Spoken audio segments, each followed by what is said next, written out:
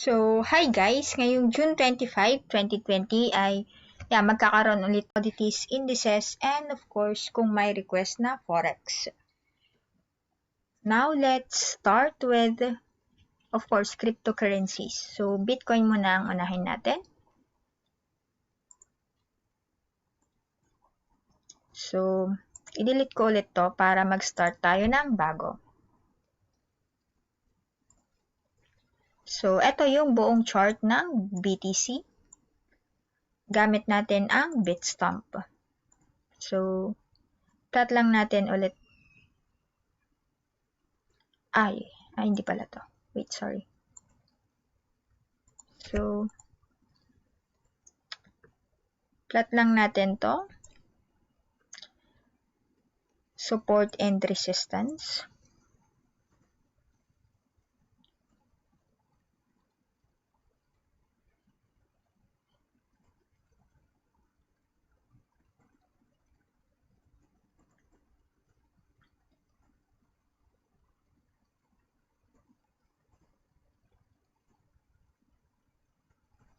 So, yan. It's actually a symmetrical triangle for the Bitcoin. So, kung makikita nyo, so long-term resistance is actually here.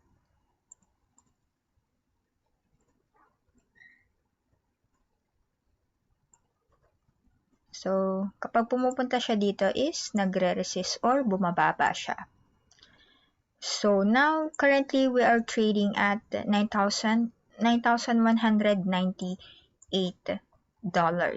So, makita nyo, medyo nahihirapan kasi siya kasi kung makikita nyo, it's already a downtrend. Pababa, pababa, lower, lower, lower highs. So, ngayon, we are at hindi pa siya actually nag-close, but we're looking at this as a support area around this, or let's use this, around this area na support level. That's actually around 9,100 to 9,000. So, let's see kung mag-hold na siya sa level na to. Kasi mukha naman na siyang pin. Pero syempre, 10 hours pa bago mag-close ang daily candle. So, more on bearish ako sa Bitcoin. In a short term short term, medyo kasi, depends on how you trade. Kasi baka yung short term sa akin is, baka hindi rin yun yung definition nyo ng short term. So, it's actually a subjective. So, kung nakita nyo kasi nag-breakdown na siya dito and then nagko-consolidate siya dito and then of course, 3.9 niya ulit na pumunta dito sa around 9.8 kaso nahirapan siya and tumuloy-tuloy na bumaba. So, let's see kung paano mag-close to. But I think it will close as a pin. So, it might probably retest back again this resistance which is around this level. Around the 9.7 area. Or 9.672 kasi. So, let's see kung by this time is mag-breakout siya dyan. At kung nag-breakout siya dyan, of course, this level around 9,900. And of course, the 10,200.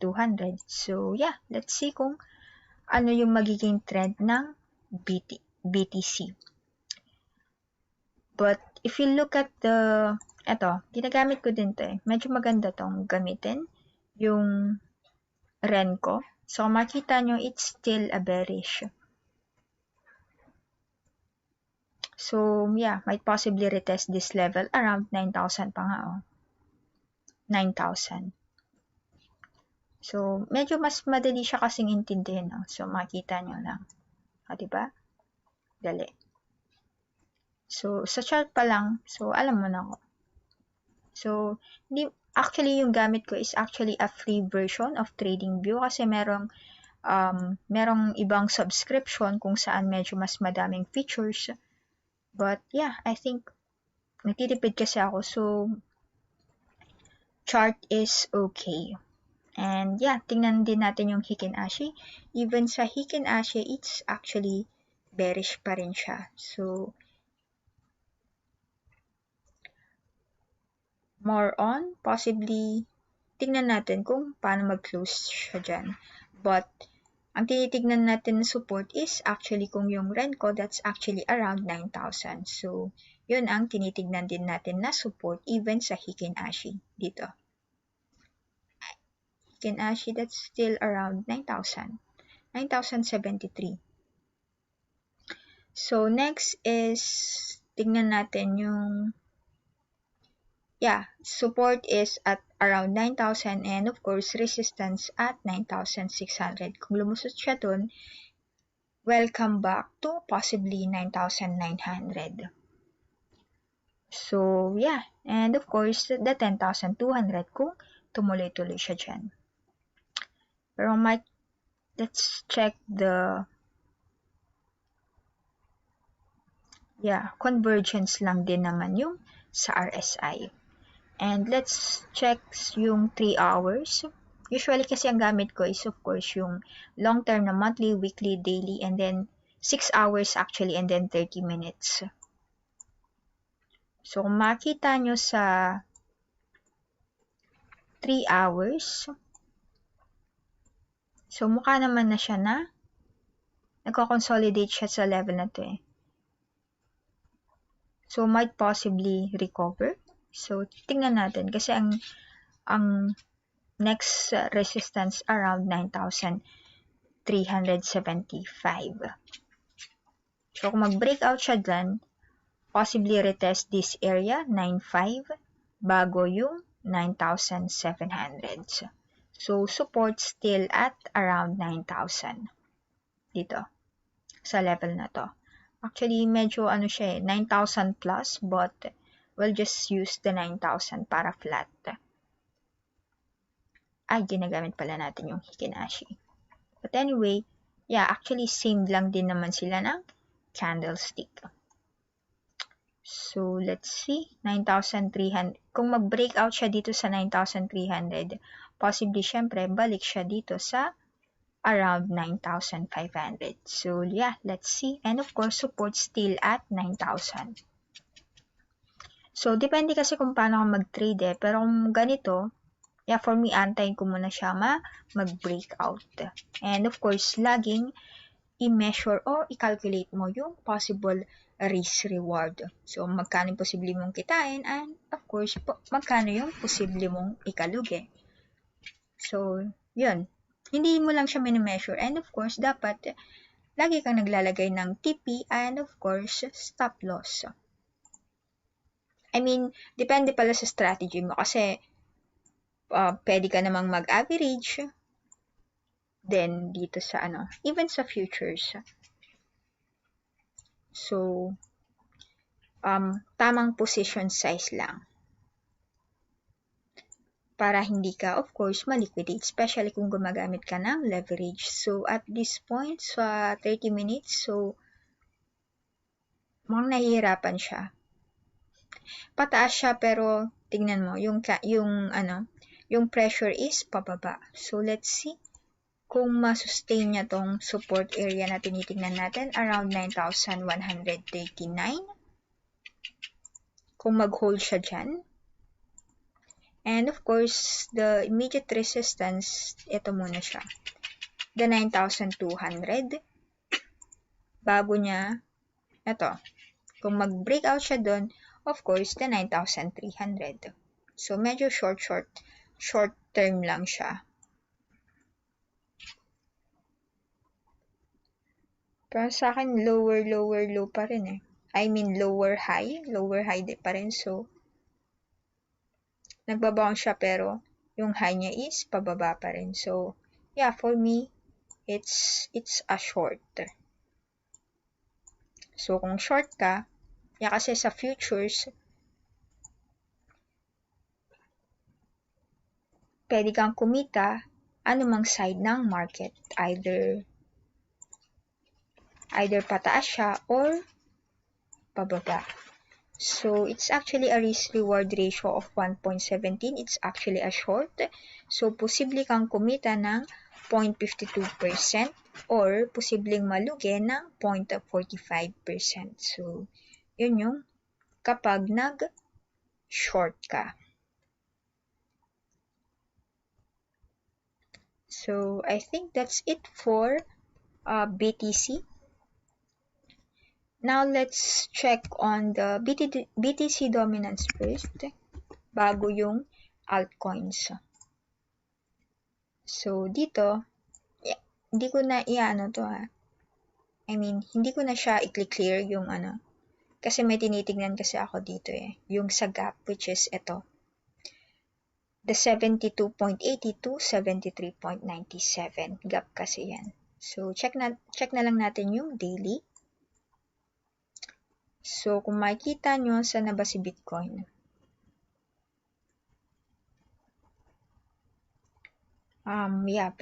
Nasa very critical level siya. So, kasi kapag hindi siya mag-close sa long term, this is actually a long term na,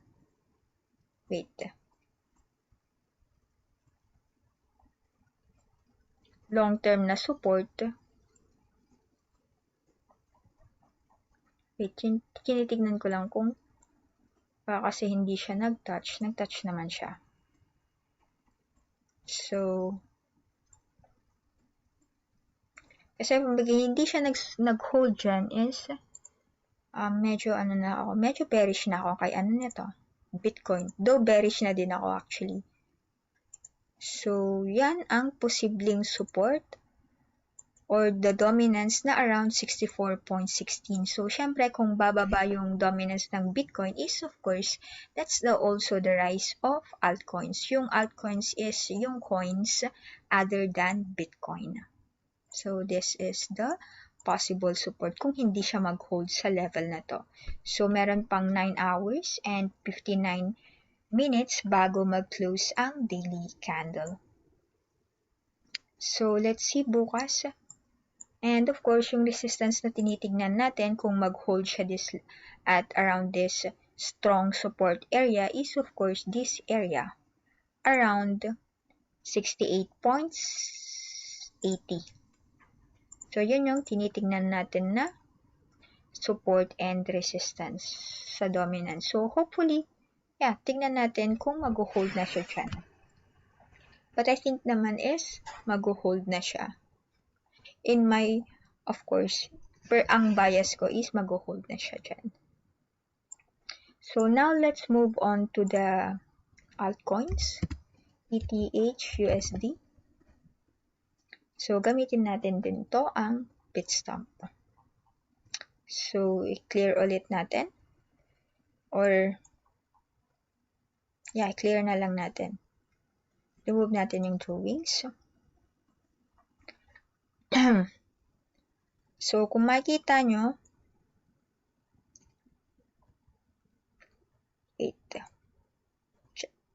plot lang natin yung trend. Actually, bumagsak siya or nag-out siya at lumabas siya sa support area. However, hindi pa kasi siya nag-close. So, let's see kung mag-close siya.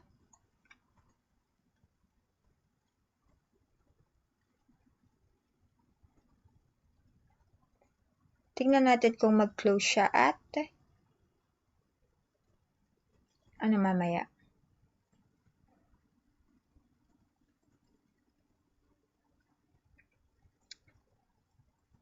Kung mag-close siya bukas, still at strong support area. Kasi kung hindi siya mag-hold dito sa area na to,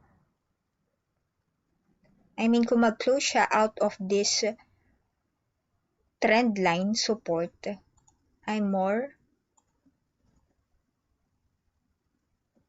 next possible support is this level around 215 na. This area. So yeah, let's see. This is actually at a very critical level. But then again, medyo ano naman to, medyo malakas naman na support to. So, tingin ko naman is magbabounce siya dyan. In my opinion, of course.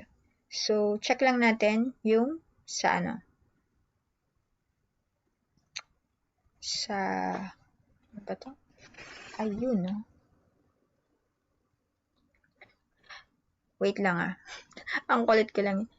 So, nag-trade kasi ako eh. And usually, yung trade ko naman is NASDAQ and gold sa ibang ano. Other than cryptocurrencies, of course. So, ang tinitingnan natin na support is actually, it's already for me, it's already at support. So, I think mag-hold na siya dito and possibly move higher or pumunta siya dito sa uptrend support. So, yeah, let's see. And of course, the possible resistance is of course this at around 243. That's actually the immediate resistance we are currently looking at kasi ang ETH is nasa around 233. And of course, kapag nag-breakout siya sa 243 is possibly 250 target. So, at this point, aantayin ko muna siya na kasi mukhang ang ganda ng candle niya.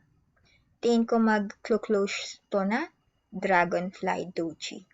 So, ang Dragonfly Doji is actually a bullish candle. But then again, check natin yung 3 hours. So, sa 3 hours, ayun na. Ito yung key. So, mukha naman na aakyat na siya. In my opinion. So, tingin ko aakyat na siya. So, yan yung. So, yan pa rin yung ating support na for 30 minutes, for 3 hours. Siyempre, nagte-trade ka kung scalping ka or swing, might possibly, tinitingnan mong support is the 225. And of course, the resistance immediate resistance, of course, here at this area around 235. So, syempre kung nag-breakout siya doon, syempre babalik yan ng around 240 area.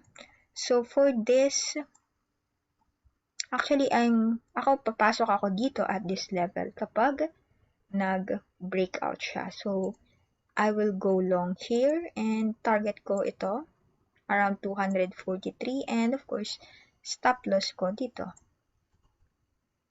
So, that's actually a risk-reward ratio na, check natin, hindi ko makita.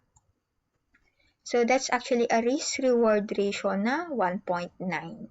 So, posible kang kumita ng 3.68% at posibleng malugi ng 1.93% sa target price na 243 at stop price na 230. So, it depends.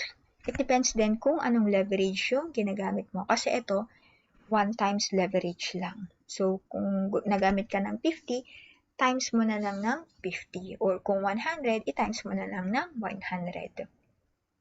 So, now let's move on to the next LTC. Ito kasi yung mga favorite kong trade eh. Pero maliban dito is, of course, meron ba akong other trade spot.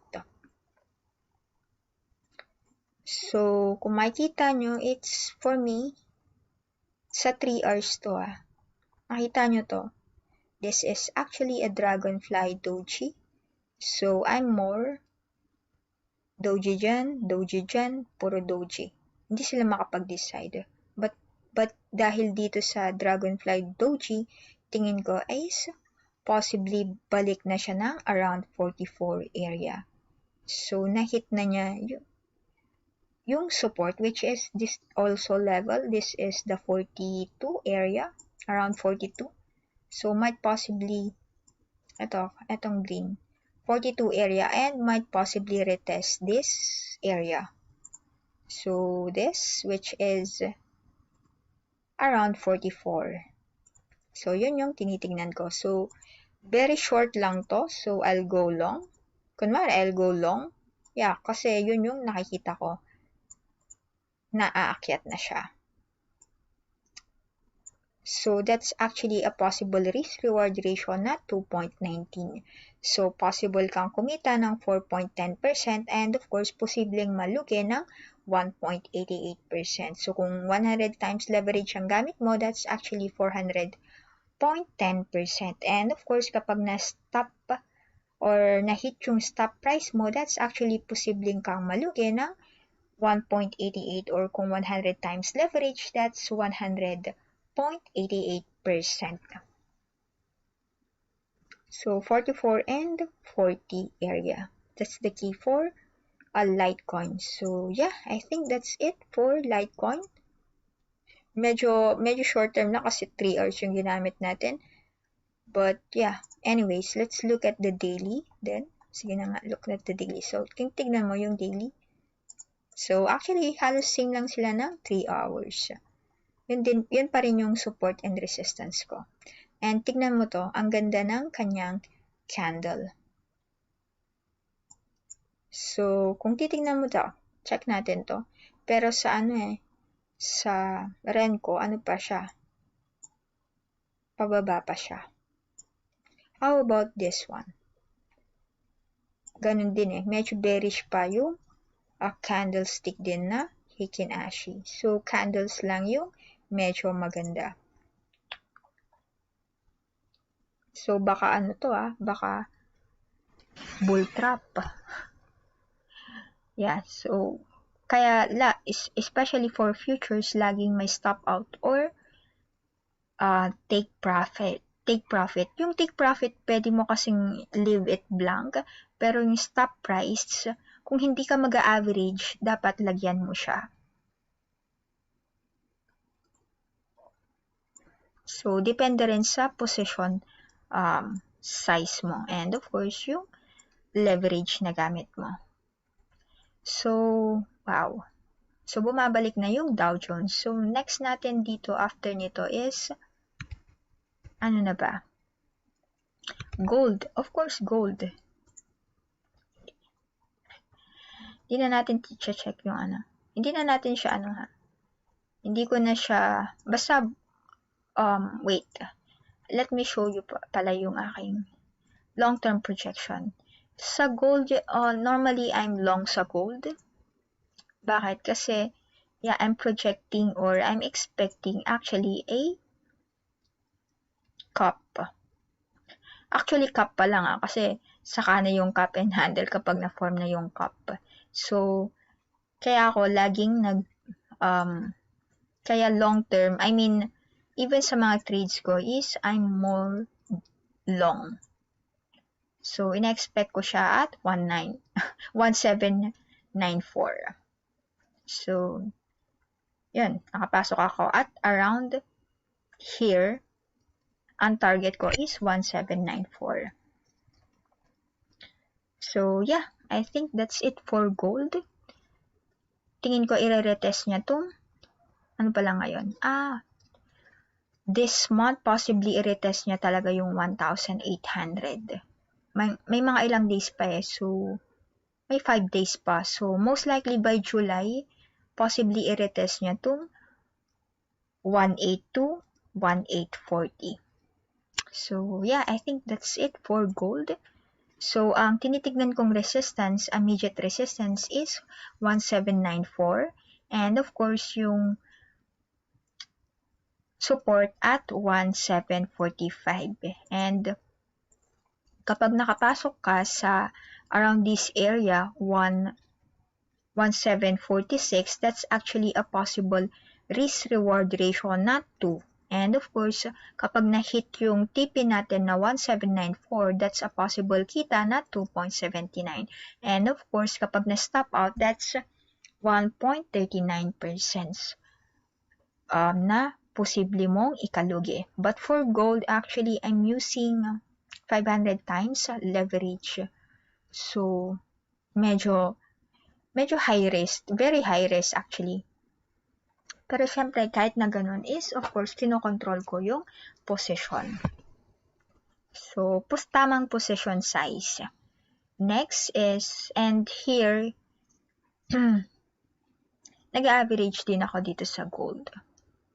So, madami akong different orders at different prices. So, now, after gold is, of course, oil. Commodities. US oil.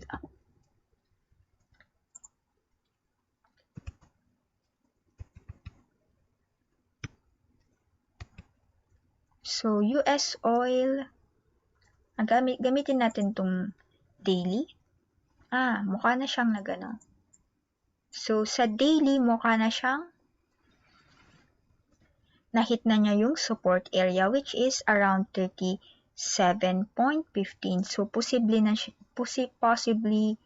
i-retest ang 41 area. So, actually, I'm more bullish on oil at this point. So, the possible target around 41 and of course, ang posibleng stop loss is around 30. Let's check. So, inputs, that's entry price natin 38.47 and profit area natin is 40.86 and of course, the stop price is around 37.01. So, posible akong kumita ng 6.21% at posible akong malugi ng 3.80% kapag na-hit yung stop price ko na around 37.01. And of course, kapag na-hit yung TP natin na 40.86, yun, 6.21%. So, yeah, mag-trade pala ako mamaya nito. Wala kasi akong open position sa oil. So, after that is, punta na tayo sa mga indices. So, yeah, nakita mo naman, it's actually going, mukha na siyang bumabalik or uptrend na. So, unahin natin, of course, si NASDAQ. So, yeah, tingin ko is yun. Support area, na-hit yung support area natin and tingin ko, i-retest ulit yung 10,281. So, kapag nag-long ka dyan, and of course, yung support na tinitingnan natin, 9,859. So, check natin yung possible risk-reward nito. So, syempre kapag na-hit yung TP natin na 10,281, that's a possible kita na 3.02%. And of course, posible tayong malugi ng 1.32%. Sa stop price natin na around 9,975. So, I'll go long sa NASDAQ. And of course, same with S&P 500, yeah, tingin ko is, yan na rin yung support area na at 3,019 area. So, na-hit na niya eh. So, yeah, I think aakyat na siya and posibleng i-retest tong area na to. So, gamitin lang natin yung first resistance na 3,127 and of course, yung support na 3,040, what's that? 3,015. So that's actually a risk-reward ratio of 2.81 at posibleng kumita ng 2.71% kapag na-hit yung TP and of course, posibleng malugi ng 0.97% kapag na-stop out sa 3,015. So, next natin is of course yung Dow Jones. So, yung Dow Jones, ayun, nagre-recover na siya. So, tingin ko is babalik na din siya sa uptrend support natin. Dito, sa green solid line. So, mag-iiba na yung position natin na to. Pero dito at this point, di ko muna siya iti-trade. Siguro si NASDAQ at saka si S&P 500. But of course, same lang din yung trade ko. I'll go long. So, posibleng that's actually a risk. Ang tinitingnan kong resistance is 26,270. And of course, yung cut loss area ko is inakyat ko siya kasi tingin ko is this is already nahit na niya yung support in my opinion. Kaya inakyat ko yung aking stop price at 25,172. So, that's actually a possible risk-reward ratio na 2.7. Of course, kapag nahit yung TP natin around 26,258, that's possible kita na 3.11%. And of course, kapag na-stop out tayo sa 25,172, that's a possible lugi na 1.15%. So, all long ako ngayon. Go long. So, yeah, let's see. Bakit nga ba nag-open low siya and then, bumabalik na siya. Or nagre-recover. So, dahil yun sa actually tumataas yung, of course, coronavirus cases and of course yung jobless claims. So, maraming nawawalan ng trabaho sa US. So, after Dow Jones,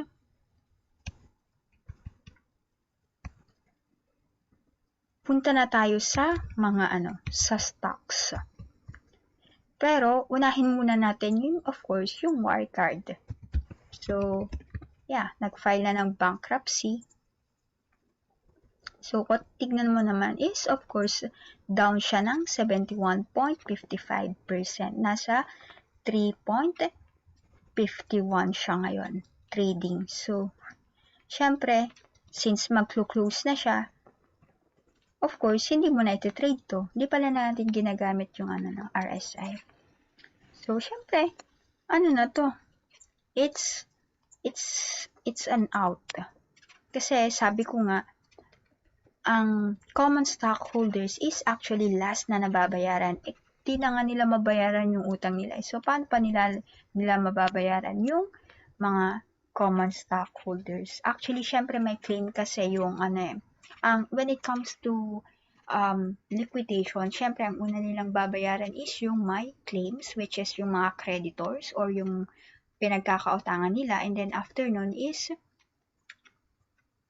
yung mga preferred stockholders or preferred shareholders kung meron. And of course, last yung common stockholders kung may natira pa. Kaso, wala na sa pambayad liabilities pa lang, kulang na. So, I think this, kung meron kayong hawak nito is, of course, this is already a sell. So, hindi mo na kailangan tingnan yung chart. Kasi nga magsasara na siya. So, baka wala ka pang makuha. So, yun lang yung Wirecard. And of course, yeah, let me just show you this. So, eto siya. So, even Softbank is actually, nag-invest din siya sa Wirecard. So, kita nyo, even bangko na din yan, malaking bangko. Banking and investing, nag-invest sila. So, nag-invest sila ng $1 billion last year. At yun, nawala lang. So, yeah, tignan natin ngayon. So, si Softbank, laki din ng lugi nito. Si Softbank, I mean, syempre, ang lugi nila kay, ano ba to? Syempre kay Wirecard kasi syempre nag-invest sila doon. So, kung makita nyo, this is the chart of Softbank. So, flat lang natin. So, tingin ko naman, di pa kasi siya trading eh. So, tingin ko is, baka i-break niya tong level na to because of this Wirecard na mag-close na siya. So, it's a negative sentiment sa Softbank. So, might probably retest around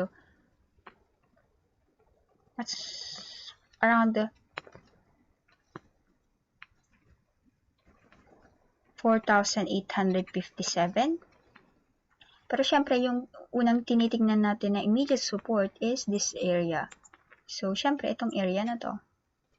So, which is, yan muna. So, first support na tinitingnan natin around 5,185. And of course, kung mag-breakdown siya dyan is, yun, 4,857. And of course, resistance at this area, 5,648. Wait, let's check the RSI. So, makita nyo sa RSI, this is actually a bearish divergence. So, it's going up. But then again, kung makikita mo yung indicator or RSI, it's actually going down. So, might possibly, yun.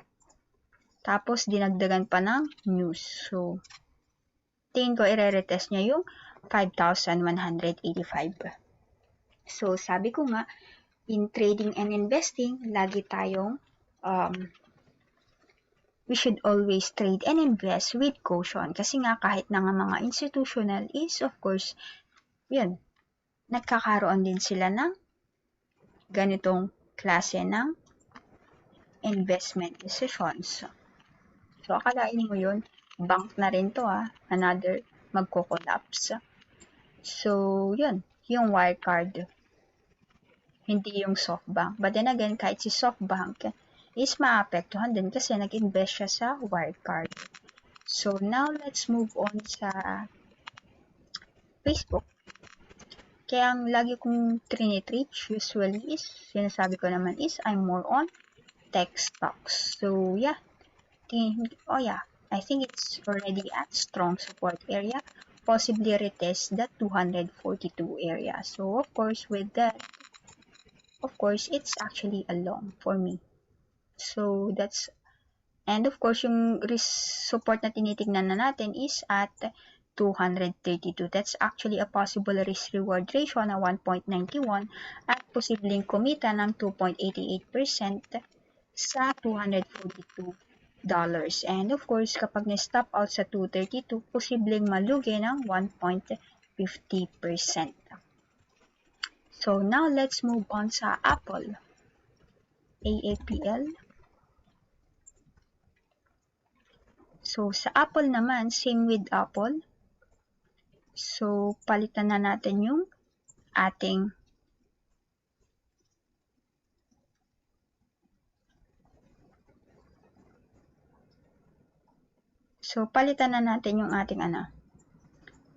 support and resistance. So, tingin ko is ito na siya.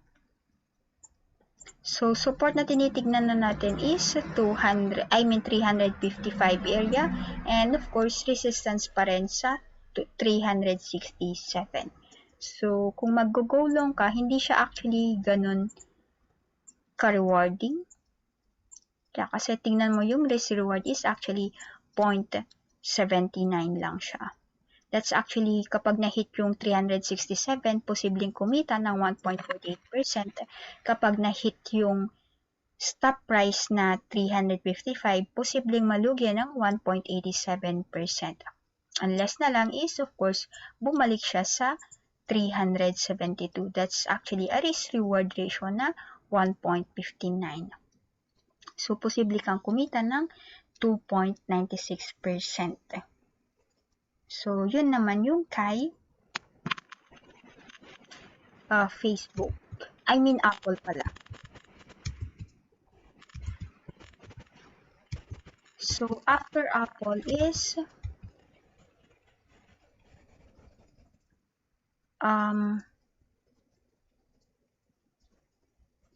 So, punta na tayo sa index.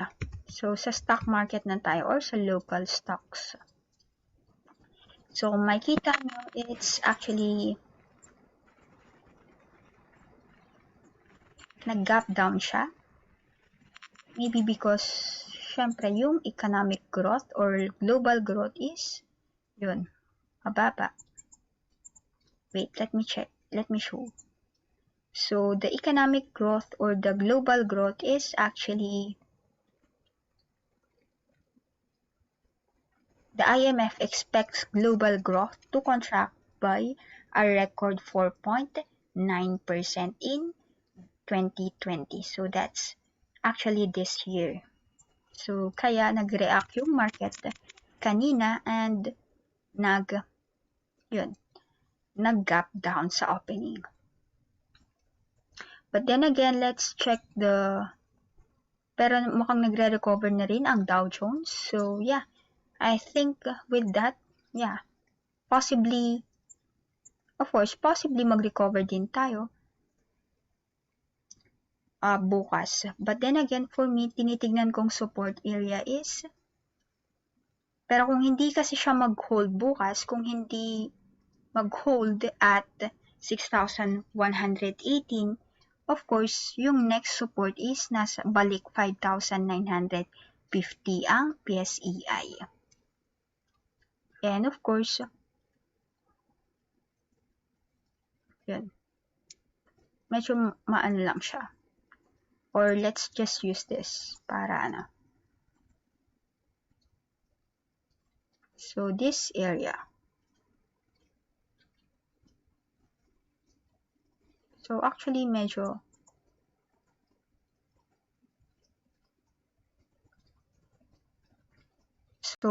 posibleng bumalik siya dito sa consolidation area. So that's actually around 6,200 to 6,348. So yun yung resistance na tinitingnan natin sa PSEI. So that's 6,338. And of course, support is, yeah, I think sa support, wala kasing nag-hold eh. So, posible support talaga is this area, 5,950. Kung hindi siya mag-bounce bukas. So, yeah, I think that's it for the PSEI. Anyway, nag-close siya, 6,118.26, value turnover, 6.75 billion, which is better than the average na 6.6 billion. And of course, net foreign selling na 662.42 million, which is mas mababa compared sa $2 billion. 2 billion pesos kahapon. Yeah, nasa Philippine peso na pala tayo.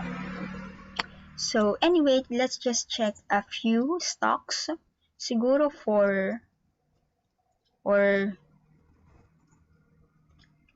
si Macroasia. So si Mac, actually sabi ko naman is when it comes sa travel, I'm not that bullish sa travel industry. Basta anything related to travel. Kasi syempre when it comes to earnings kasi mahihirapan sila. Kaya hindi ko din tinitrade ang anything related sa travel.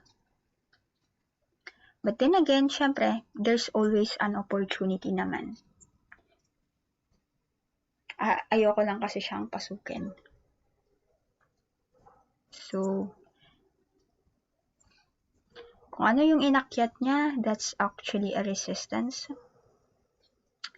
So, ire-retest niya ulit yung 7.14 pesos. And of course, immediate support na tinitingnan natin is this area around 6 pesos. So, syempre, kapag nag-breakdown siya doon is this area, which is 5.56. Kung mag-breakout naman siya dito sa 7.14, we'll come back to around 8 pesos. So, that's actually the possible support and resistance we are looking at. Wait, check lang natin yung Heikin Ashi. So, actually, sa Heikin Asia is still bullish pa rin naman siya. So, might possibly depende bukas. Baka mag-breakout pa siya sa 7.14 bukas. So, convergence naman sila with the indicator. So, let's just measure the possible risk-reward. Kaso kasi sabi ko nga is, I'm not in any bank and even anything related sa travel. So, check natin yung possible risk-rewards. Pero, on a Heikin Ashi, might possibly gamitin lang natin yung first support. Kasi kapag ginagamit mo kasi yung Heikin Ashi, hindi niya average kasi yung ginagamit niyan eh. So, walang masyadong noise. So, tingin ko is possibly mag-breakout siya bukas. Wait, check nga natin. Yeah, I think this is still a positive on Macroasia. In my opinion, of course, low is 640. Kaso nag-close siya, open 708, nag-close siya ng low. That's actually nag-close pala siya ng low, Wait, let's check the candle. Kasi nga pangit yung sentiment ng market kanina. So, yeah, let's see. So, ang gagamitin na lang natin para less noise is the Heikin Ashi. So, mas better if you buy on breakout around this area. And of course, yung support mo is, or yung stop price mo is adjust mo na lang. So, ang gagamitin natin for this is buy upon breakout, which is 7.13. And of course, TP price at 8 pesos. So, that's actually a possible risk reward na 1.32 and posibleng kumita ng 12.20% kapag na-hit yung ating TP price. And of course, kapag na-stop out sa around 6.47, of course, posibleng malugi ng 9.26%. However, sabi ko nga, when it comes to travel, I'm not touching any travel-related stocks. So, I'm just sharing my opinion based on the technicals. Pero kung nakabili ka naman at around 640 at ma-hit at mag-breakout siya sa around 714 at tumuloy-tuloy hanggang around 8 pesos or 794, that's actually a possible kita na 22.22%. That's actually very attractive. Risk-reward ratio na 2.18. And of course, posible kang malugi ng 13.27% kapag na-stop out around 5.56. So, yan yung sa Macroasia. And then next is Metro Pacific. Metro Pacific, MPI. So, MPI naman,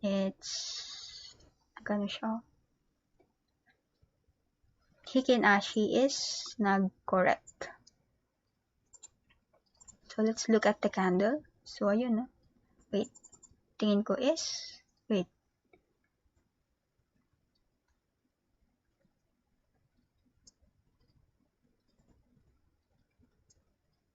May bearish na kasi. May bearish divergence na kasi at this level. So, it's actually going up. So, just spot divergence. And of course, this is actually going down. So, kaya siya bumagsak. And of course, yung sentiment din kanina is more on bearish. Wala, tinignan ko lang yung sa ano. I just have some positions, but yeah, it's going good. Maganda naman. Ang kulit ko lang yan. So, let's check on the possible support and resistance. So, actually, this is the previous resistance. So, magiging support na siya dyan. So, that's actually around 3.64 area. So, kung mag-hold siya dyan, sa area na yan, wait, palitan pala natin to ng green. Because this is a support area. Kapag nag-hold siya this level, at sa level na to, around, ano ba yung closing na to? That's actually closing niya is 3.44. No, 3.62. So, 3.62. So, yun yung tinitignan natin na support area. Kapag nag-breakdown siya dyan is, of course, this area. This area first. Pero, i-ano natin siya dito. That's actually around 3.38. And, of course, resistance pa rin natin at this area, which is around 3.92. So, MPI is one of the undervalued conglomerates. So, kung mag-breakout siya dyan, welcome back to around 4.26 pesos. So, for me, let's see. Kung makakapag-antay ka, of course, trading also involves patience.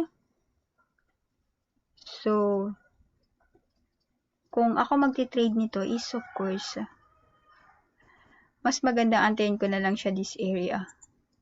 Tapos, cut loss ko dito. And, of course, take profit ko dito. Sa 3.91. So, papasok tayo dito sa area na to, around 352. Yeah, tingin ko kasi is, baka bearish pa siya bukas.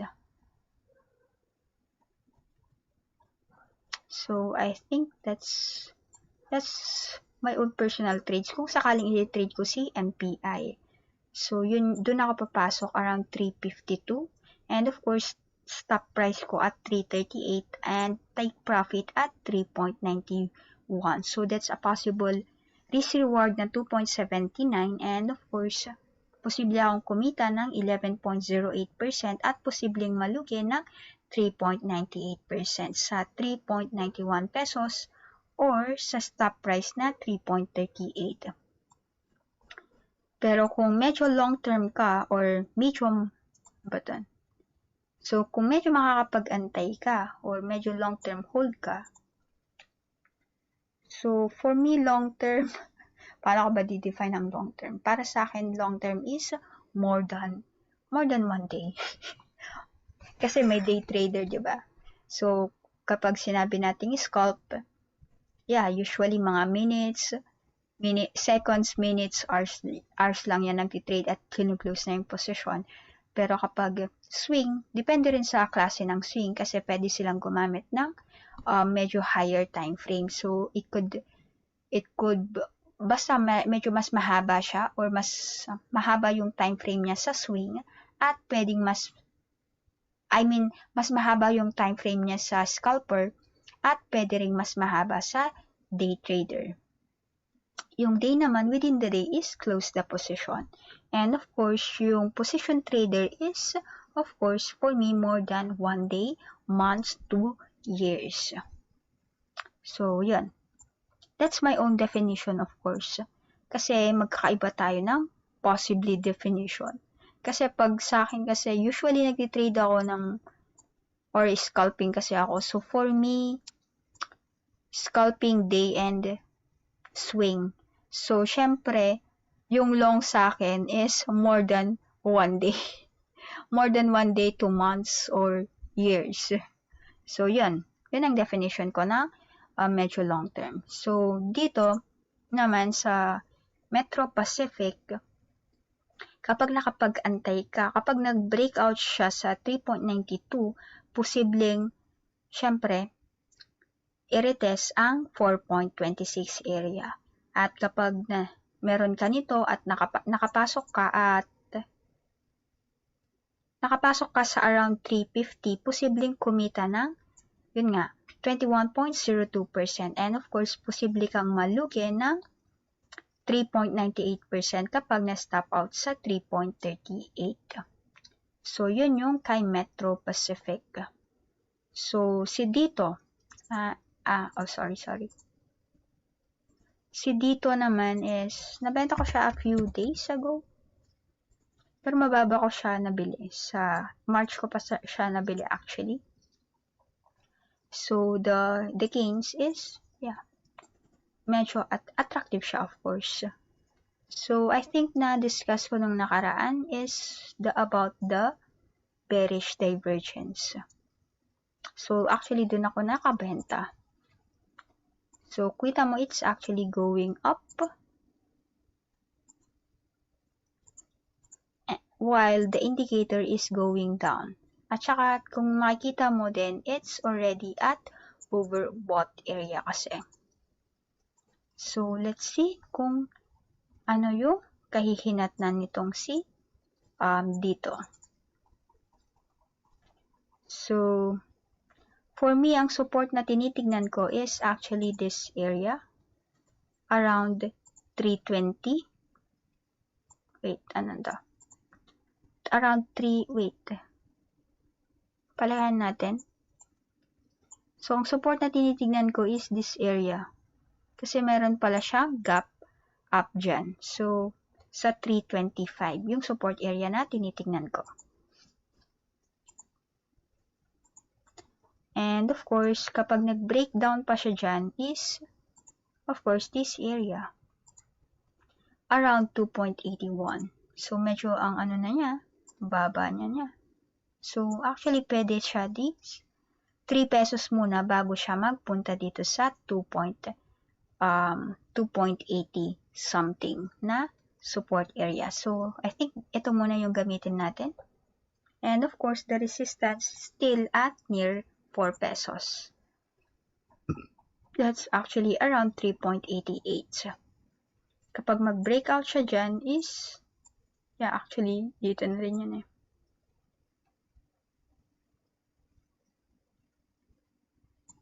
Kapag mag-breakout siya dyan is, of course, this area. So, around 4.26.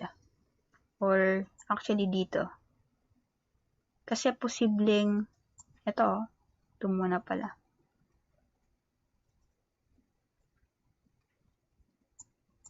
May top pa dito. Wala pa siya. Wala pa namang top.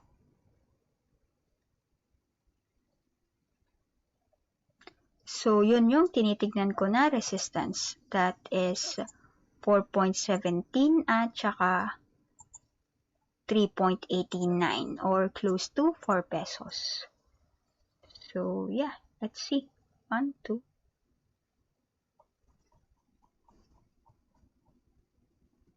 So, for me is of course, mag-antay na lang siya around this area, around 3.25 kung magte-3.25 pa siya. Tingin ko naman, but of course, depende rin sa sentiment ng market. So, papasok ako, kung ako magti-trade ulit nito is, of course, antayin ko siya around 3.25 area. So, hindi siya yung, syempre, for stocks, hindi siya all-in. I never go all-in. So, siguro magte-test buy ako around 325 and of course, kapag umakyat siya, okay na siya sa akin. Pero kapag bumaba pa siya is mag-buy ulit ako para mag-average. And of course, antayin ko na lang siyang na umakyat around 4 pesos ulit. So, ganun yung strategy ko for dito. But then again, yun nga, kapag nakapasok tayo sa 326, that's our first test buy at nagtuloy-tuloy siya at around 3.88, that's a possible kita na 19.02%. And of course, kapag na-stop out ako sa 3 pesos, that's actually a possible loss of 7.67%. Kaso hindi ako magsiset ng stop loss kasi nga, it's a test buy. So, kapag bumaba ulit siya is, of course, bibili ulit ako. So, averaging. So, depende of course sa strategy na napili ninyo when you buy an asset. So, next, after ng dito is, may nagtanong pala about dito. Sabi niya is, hold down ng, what if hinold niya yung stock in 3 to 4 months? So, of course, share ko yung, check natin yung medyo long term. I mean, medyo mas matagal na,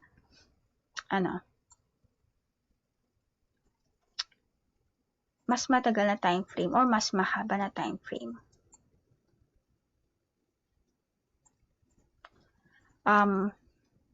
Actually, at this point kasi, kapag kung i-hold mo siya 4 months, that's actually ilang months pa yun from now. So, 4 months, June, July, August, September, October. That's actually around October. So, might possibly around here. October. No. 2021 na ta. So, October... Ayan, October 26. So, yan yung... So, actually, nakadepende. Pero kung mag-breakout kasi siya dito sa... Dito? Mag-breakout siya dito sa downtrend channel. Of course, it's already a reversal and form a new channel which is more bullish. So, depende pa rin kung magbe-breakout siya dyan. But tingin ko naman is si dito ay magbe-breakout sa level na to which is the around might possibly around 4 pesos plus. Depende kasi kung saan mag-retest yung candle. So, kapag nag-breakout siya dun is, of course, possibly next target is, of course, around this area, around 5 pesos, 5.55. So, eto medyo matagal naman eh. So, yeah, I think possibly doon. And of course, medyo matagal yung 4 months is posibleng balik around 7 pesos. But of course, posible naman siyang bumaba at this area. Medyo mas malakas siya dito sa area na to. Around 2.80. So, yun naman yung tinitignan ko on a long term or 4 months. Sabi niya 4 months eh. So, ito yung mga tinitignan ko kung 4 months yun ah. Kahit na 4 months, yeah, pwede kang mag-set ng stop loss kung gusto mong mag-set ng stop loss. Pero kung hahawakan mo siya within the next 4 months, syempre dapat chine-check mo pa din yung chart. So, di ko kasi maano yung pattern niya ito. Ang kulit lang ng pattern ng chart niya.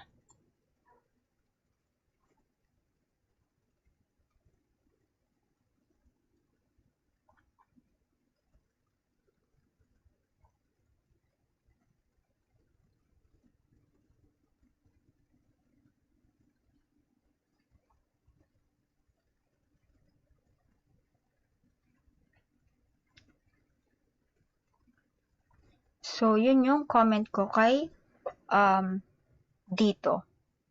But anyway, for me naman, it's actually a good long-term hold. For me, kasi at this rate, kasi hindi pa kasi siya kumikita. Pero kapag kumita na to, of course, mas mataas na yung kanyang valuation. So, yun yung para sa akin about dito. So, possible within the next 4 months, of course, baka posible niyang itong wait, check natin to. Kung ilan. Wait lang So, date range. So, that's actually 18 bars. 18 bars. So, ganito rin siya. So, most likely, ganito din. yung kanyang, wait. So, kung ito, yung inakyat niya in 15 bars, so, kung same pattern lang siya, of course, yun, posible pa nga around 7 pesos. Kung i-repeat niya tong pattern na to, yung ito, wait,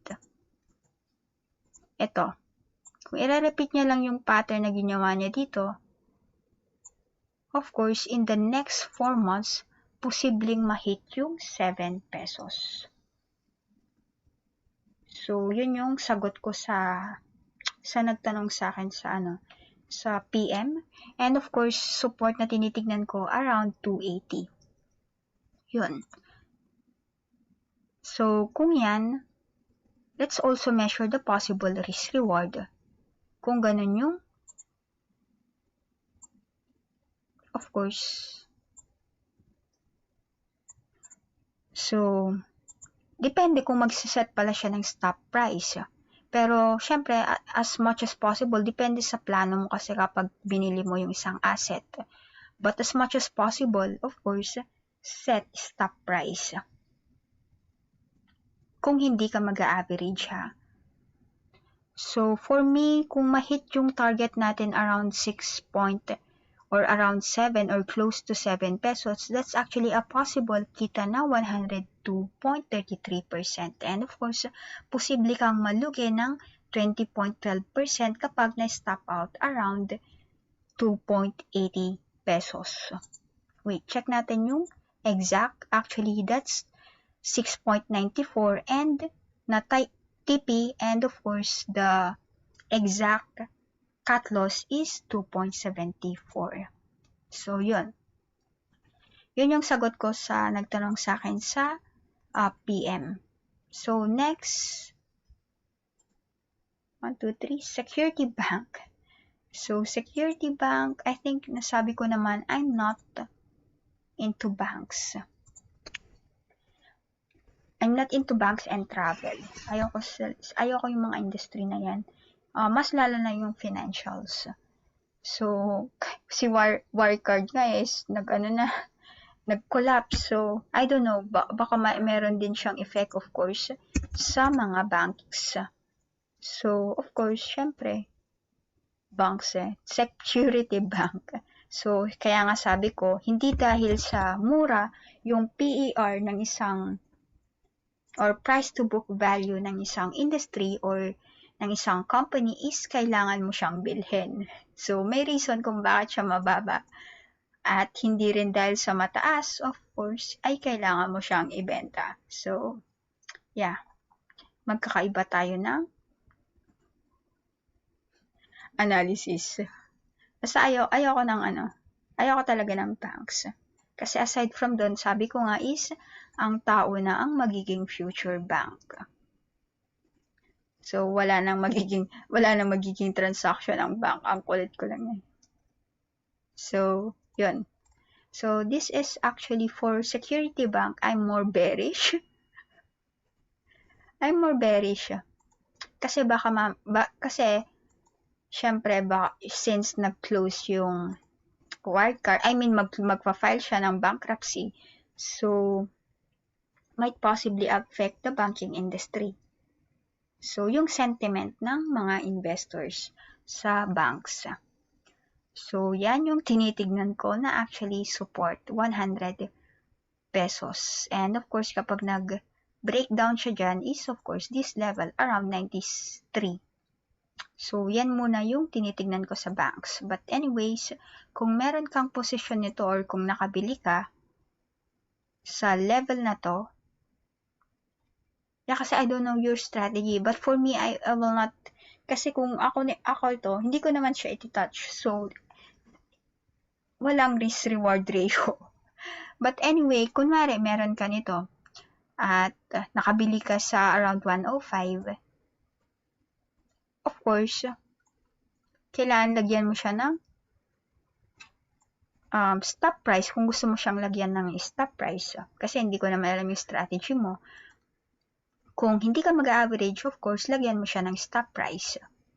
So, posible kang kumita ng 9.39% kapag na-hit yung 115 at of course, posible kang malugi ng 4.38% kapag na-hit yung stop price which is around 100 pesos.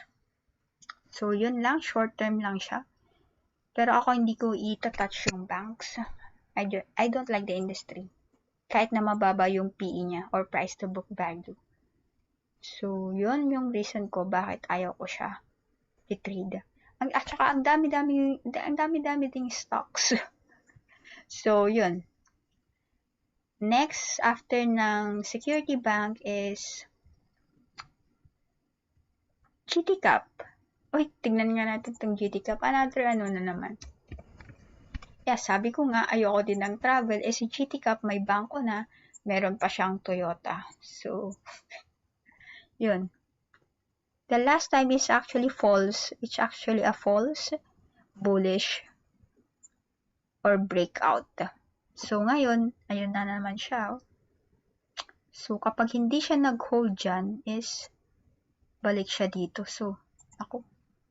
So, depende sa magiging sentiment sa banks. Layo in fairness. Medyo malayo yung support na tinitignan ko. Kaya kasi meron din siyang gap dito eh. So, free flow. Free fall. Free flow. Free fall. Kung sakali. Kasi, ano lang ito eh, madali lang siyang basagin. For me. Yun. So, check nga natin to. Ayun no, bumagsak na naman yung ano. Ang US stocks. So, trading pa rin kasi siya eh. Mamaya pa siya mag-close. So, dahil dyan is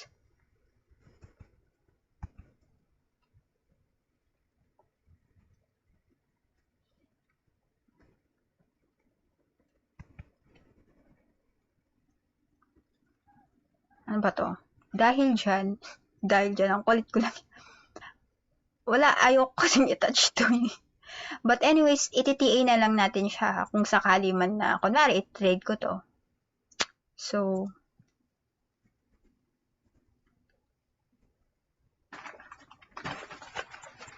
wala eh. Ano pa rin eh. So, yun.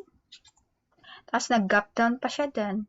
Ang kulit lang nito GTCAP eh. So, tignan natin kung mag-hold siya dyan. Kasi kung nag-hold siya dyan, actually, posible naman siyang flag and pennant. So, yun ang sa tingin ko. So, measure natin kung maging flag and pennant to. So, that's actually, ayun no. Sakto lang din. Around 656. So, check natin. Mismo yung coordinates. So, actually, that's 646. Tapos, breakout at 482. So, actually, tama. Yun nga din yung tinitignan ko, ang breakout around 480. So, yeah, let's see. Hopefully, mag-hold na siya dyan. Kasi kung hindi siya mag-hold dyan, is of course, bagsak niya dito sa 385, which is medyo malayo na siya. Unless na lang mag-create siya ng bagong support. But then again, sabi ko nga, meron din siyang dito gap. Tapos, madaling basagin ito. Dalawang candle na bullish candle. So, yun lang yung masasabi ko kay GTCAP. So, anyways, kung meron ka nito, always measure or calculate the possible risk-reward.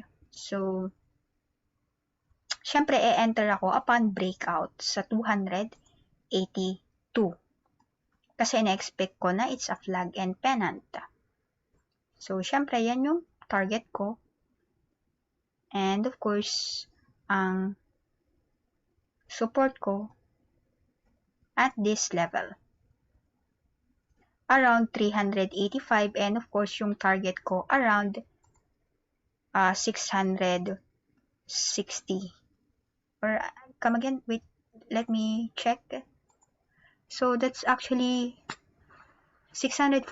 So kung 648 to, palitan lang natin ng coordinates. 648. So that's a possible kita na 35.17% kapag pumasok ka upon breakout na sa 282. And of course, posibleng malugi ng 19.48% kapag bumalik sa 386 or ma-hit yung stop price mo or cut loss area. So yun yung for me is for GTCAP. I think medyo long term to. Long term targets. Anyway, my definition of long term is more than 1 day. Hindi siya years ang kulit lang eh. So next is, after that is, I think that's it. Metrobank BDO. Sabi ko nga, baka maapektuhan siya because of the crash of Wirecard. So check natin yung Meralco and SMPH. Meralco. So Meralco,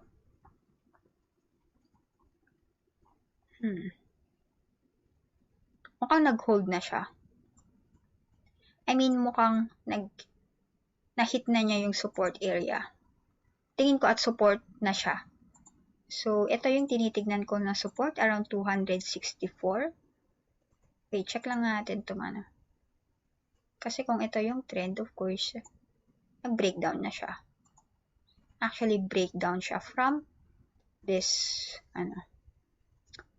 So, tingin ko nag-create na siya ng bagong support, which is, actually, this is a strong support. I mean, medyo strong support. But then again, kapag mag-breakdown pa siya dyan, welcome back to around 252 area. And of course, the resistance we're looking at, immediate resistance, is of course the 292. So, 292 resistance, support 1 na 264, and of course, support 2 na 252 area. So, kung pumasok tayo dyan, of course, for me, it's a long. At ang gagamitin ko is, of course, yung first resistance and, of course, yung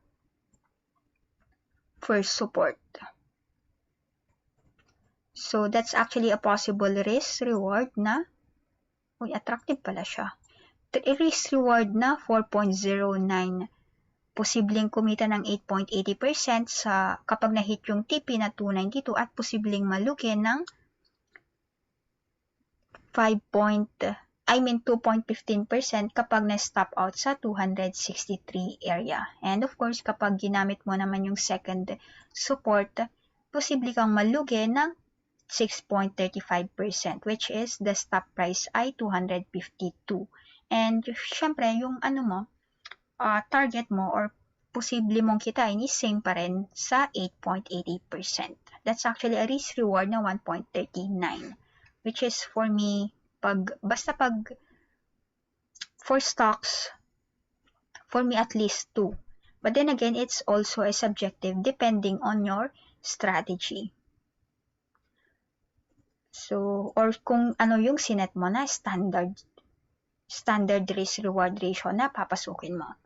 So, that's for Meralco, and the rest, I think medyo naman siya. Maliit lang. So, I think si Meralco lang titingnan natin sa most active stocks. So, next is, may na-receive kasi ako na about, naalala ko yung naalala ko about the PCOR something. Sa naman. Sabi, for ito, since related din siya sa travel, I'm not actually into it. Fundamentally. Kasi syempre, mahihirapan siya when it comes to earnings.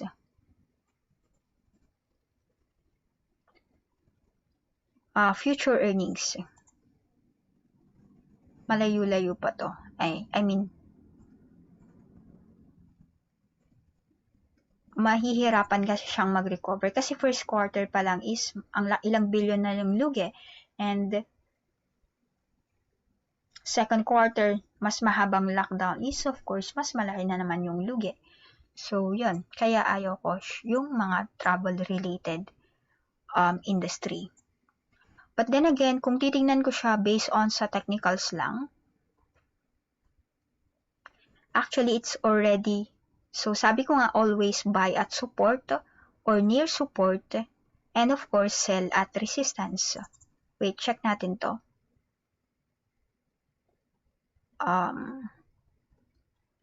Wait, I'm just checking.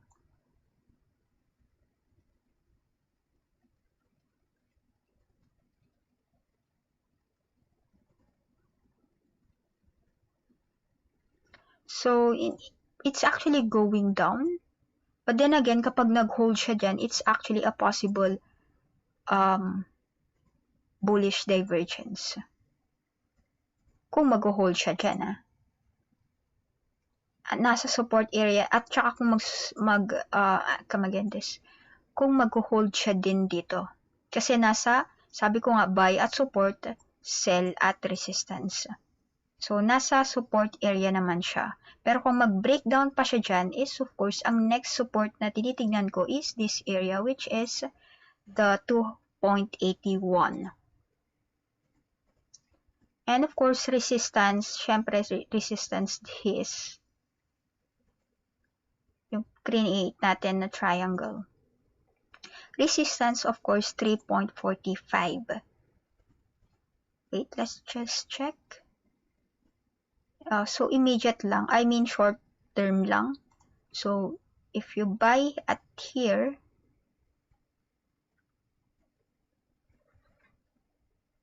that's actually a possible risk-reward ratio na 1.74. Posibleng kumita ng 13.16% kapag na-hit yung TP na 3.44 at posibleng malugi ng 7.57% kapag na-stop out ka sa 2.81.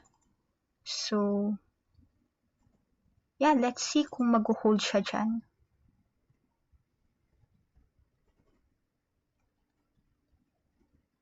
Kasi I think that's just it. Yun lang yung nakikita ko dito eh. Or actually pwede siyang mag-trade na ganito.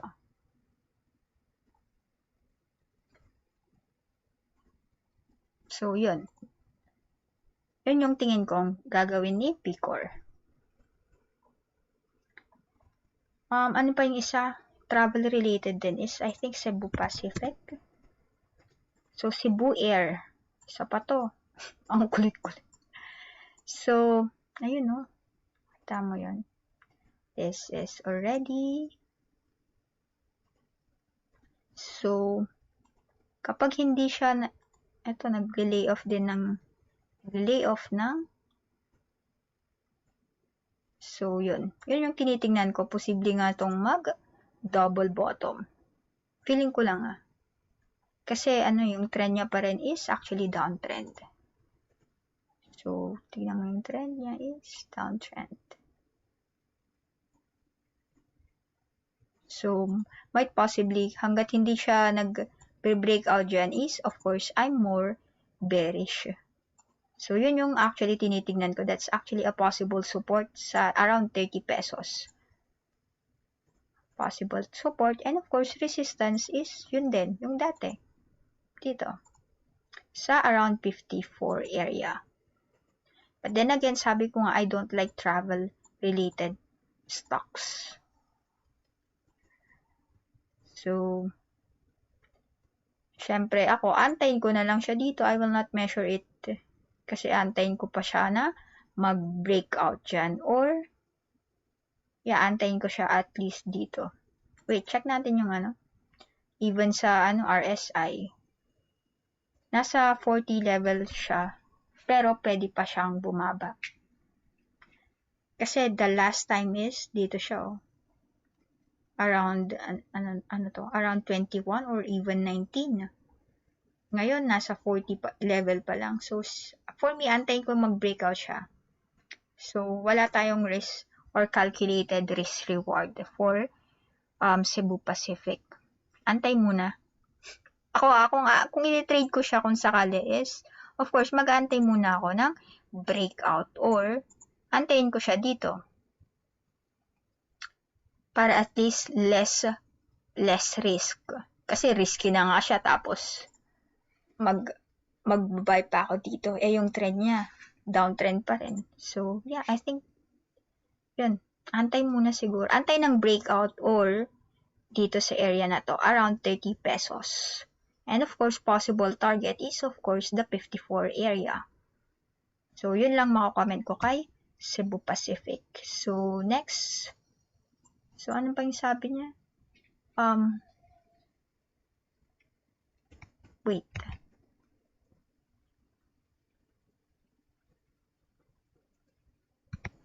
Isang ano din. I think Shell. So, kasi kanina tatapos na yung isa pa to. Kulit lang. Nakita mo kasi to. Ito kasi yung sell sign, no? Laki ng ano. So, lakas ng selling pressure. So, dito, ayun kung makikita mo is still, ayun, na-fill niya actually yung gap. Pero meron siyang ano dito. Merong may doji. So, tingnan natin kung mag-hold siya dyan na support.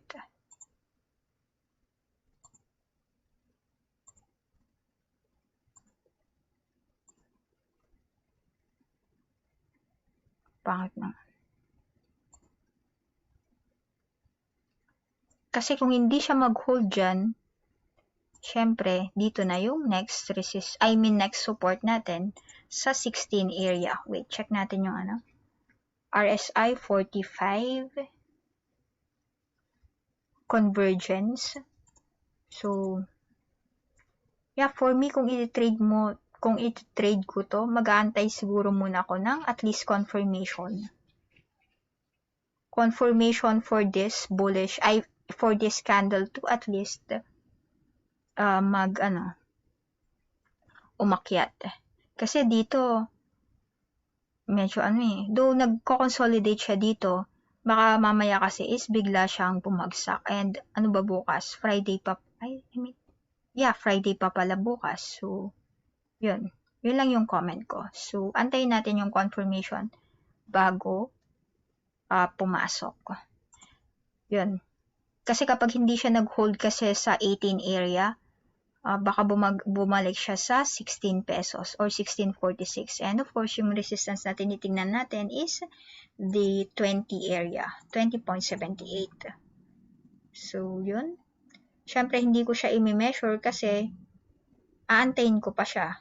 Antayin ko yung confirmation of the reversal of the trend.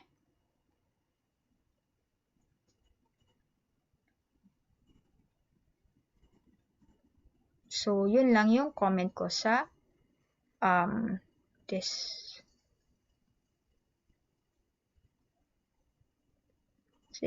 ano na to? Shell.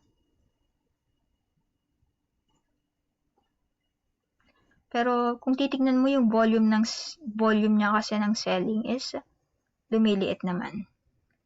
So hindi siya ganun kalakas. Hindi ganun kalakas yung selling pressure. So, might probably mag-hold na din siya. Wait, check natin tong ano. So, of course, pa-down pa rin siya. Wait, nag-doji siya, pero malakas pa rin yung selling pressure. So, yeah, for me, it's, yun, tama lang din na, yun. Ayos lang yun na support area. So, antayin ko na lang siya sa around 18 pesos. Or, actually, that's 17.98. So, close to 18, which is nag-close naman pala siya ng 18.04. But then again, wait, check natin yung lower time frame. Wala, kahit sa lower time frame, ano pa din eh.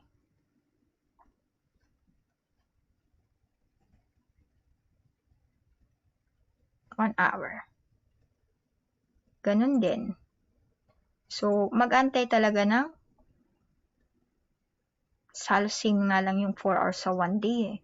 So, antayin na lang yung confirmation for it bago pumasok. You can actually use the kung nagbabantay ka, you can use yung kung ano yung fit na sa'yo, yung time frame. Kasi ako, yung ginagamit ko is actually 30 minutes, 6 hours. Kung walang 6 hours, 3 hours, 1 day, 1 week, and 1 month. So, depende. So, for Shell, wala akong ma-comment. Wait for confirmation or reversal of the trend kasi it's a downtrend. Kasi kapag hindi siya nag-hold dito sa around this level, yun, balik siya ng 16.46. So, yun. Yung kay Shell. And, meron pa ba siyang I think na-discuss ko na PCOR, Cebu Pacific, and Shell. So, ano lang ba yung maganda doon? I think si PCOR kasi near support. Yeah, if I'm not mistaken.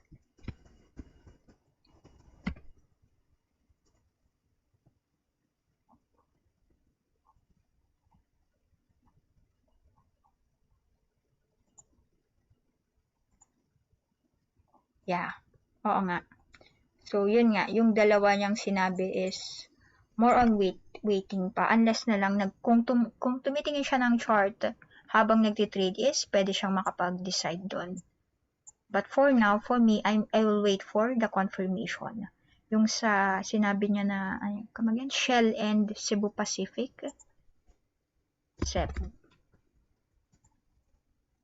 Yun. So, what's else?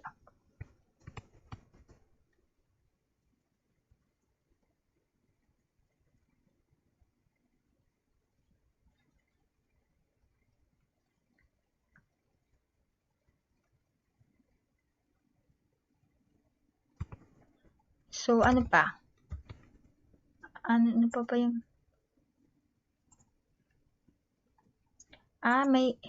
check nga natin yung kasi may sinabi siya na IDC ba yun? Ang nakaraan? Ayun. So, yeah, sabi ko, hikinashi kasi yung sa last part ng video ko is, sabi ko kasi is, yun, posible pa siya na mag-breakout. Kasi nga is, yung una natin tinignan is, yung candles. Tapos, tinignan ko sa bandang huli yung hikinashi, which is dahil sa green pa siya, or bullish pa siya, kaya ako sinabi na, it's, yun, na posibleng mag-breakout siya at i-retest yung area na to, around 2 point something. Yeah, I forgot kung ano yung target but around this level. So, yun, for this, well,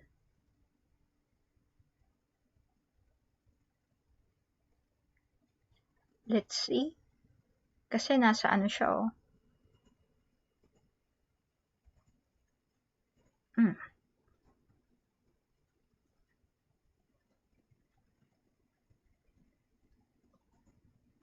So, yung IDC, check. Ayun So, tignan natin kung mag-ano pa siya. Kasi, kung nakita mo dito is bumagsak, dito bumagsak. So, I don't know here. Baka bumagsak din ulit. Kasi nare-reject siya dito sa area na to eh. But anyway, kapag nag-breakout siya dyan is of course, ano na yung target natin? Next target natin. Fill the gap. Which is, close lang siya eh, around 252. So, to fill the gap, that's the next resistance we're looking at. So, what's the low? 249. So, yeah, 250. So, yan yung tinitingnan natin na possible resistance. And of course, kapag madami pala yung buying. So, kapag tumuloy-tuloy siya, welcome back to around 3.18. Kasi ito, medyo lang to eh. medyo mahina lang siya na resistance area. So, syempre, ang support na tinitignan natin is first support this area around 2 pesos. And of course, this. Come again, what's this? Around 1.80. So, kung meron ka na nito at makakapagantay ka, for me, property, okay naman siya, especially if office space. Kasi nga, despite the lockdown is, marami pa rin yung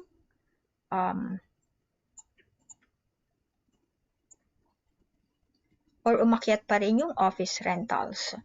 So, actually, kung meron ka nito at nakapasok ka sa 2.27 at TP area at around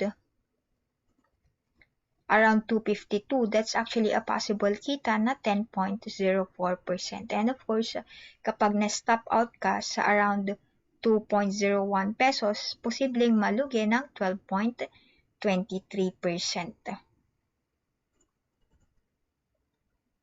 Pero malakas yung ano eh.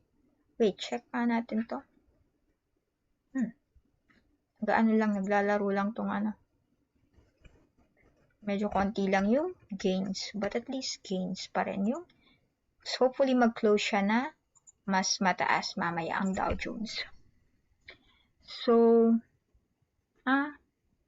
yun lang masasabi ko kay IDC. So, watch out for this. Kasi baka mamaya is mag-correct siya dyan eh. Mag-pullback siya eh. Check natin yung lower time frame, 30 minutes.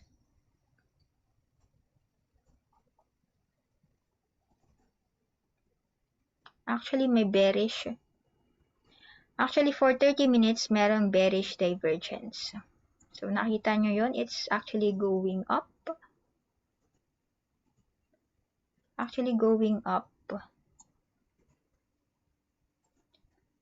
But the indicator is actually signaling a downtrend. So this might possibly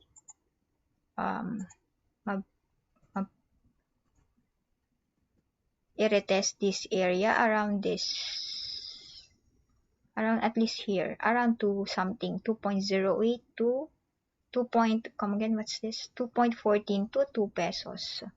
So yun, sa 30 minutes area, kasi tignan mo, nasa overbought area na siya. At saka, aside from overbought, it's also a bearish signal. So, yeah, I think that's it for IDC.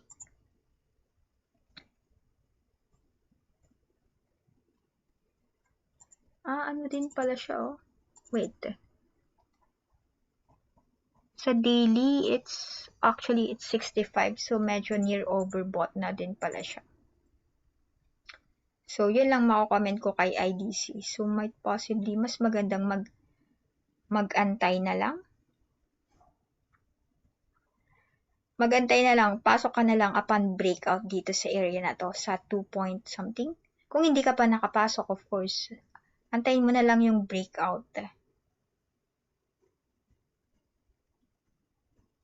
Kasi, yun, medyo mas maganda na yung entry level. I mean, for me, mas maganda yung profitability nun. So, kahit dyan siya. So, enter upon breakout, that's a possible kita na 25.50% at posibleng malugi ng 19.52% kapag na-hit yung stop price na 2 pesos at na-hit naman yung TP na around 3.15 area. So, yun lang ang sa akin. But long term, yeah, property is, for me, it's actually a good stock to hold. So, that's it. Ano ba? Wala na ata. Did I discuss? Wait. Vista Land? Vista Land daw. So, last na to, Vista Land.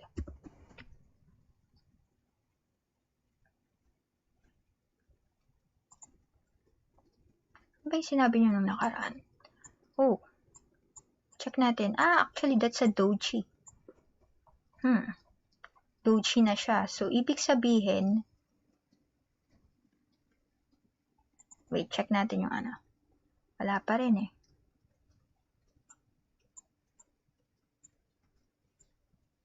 Pero nakita mo yung trend niya. Wait, check natin yung ano, Hikinashi. Paano pa din siya?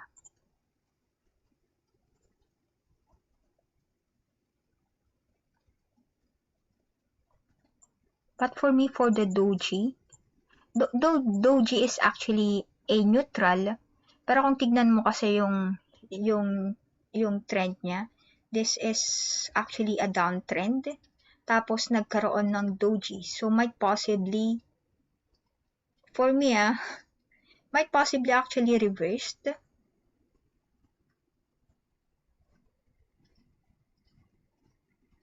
Kasi at the end of the day is, medyo mas malakas pa rin yung buying pressure. Ito, Doji. Ito, Doji. Diba ito downtrend? Medyo makyat siya dyan. Pero konti lang yung inakyat niya. Ito kaya, will it be the same na konti lang, na isang candle lang, tapos nag-close din siya lower? So, let's see. Ano ba to? Wala pa akong ano. Wala pa akong, ay, meron pala ako, pero ang property ko is actually Megaworld. So,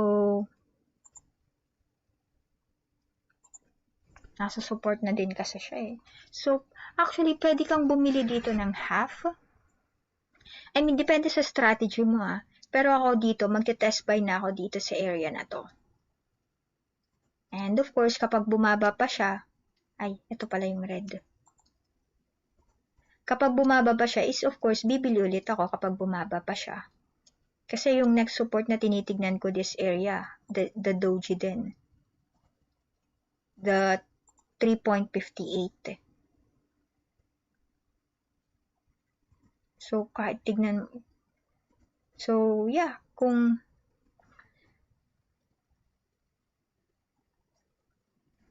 check natin yung possible risk reward, actually this is attractive na din kung gagamitin natin ito. Itong first support, actually, tingnan mo. That's actually a risk reward ratio na 6 times nga actually. Pero kung gagamitin natin yung next, kung bibili ka pa siya doon, that's actually a risk reward ratio na 1.55 na lang.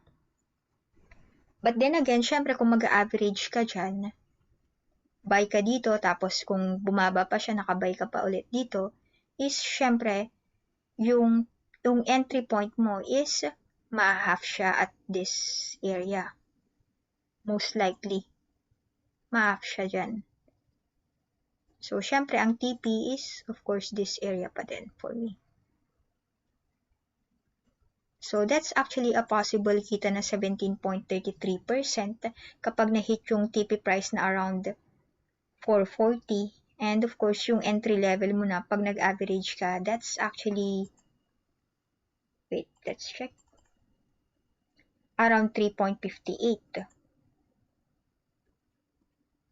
At posible ka namang malugi ng 4.53% kapag na-stop out. So, yun yung tingin ko mangyayari kay Vista Land. Kasi kung dito wala din layo.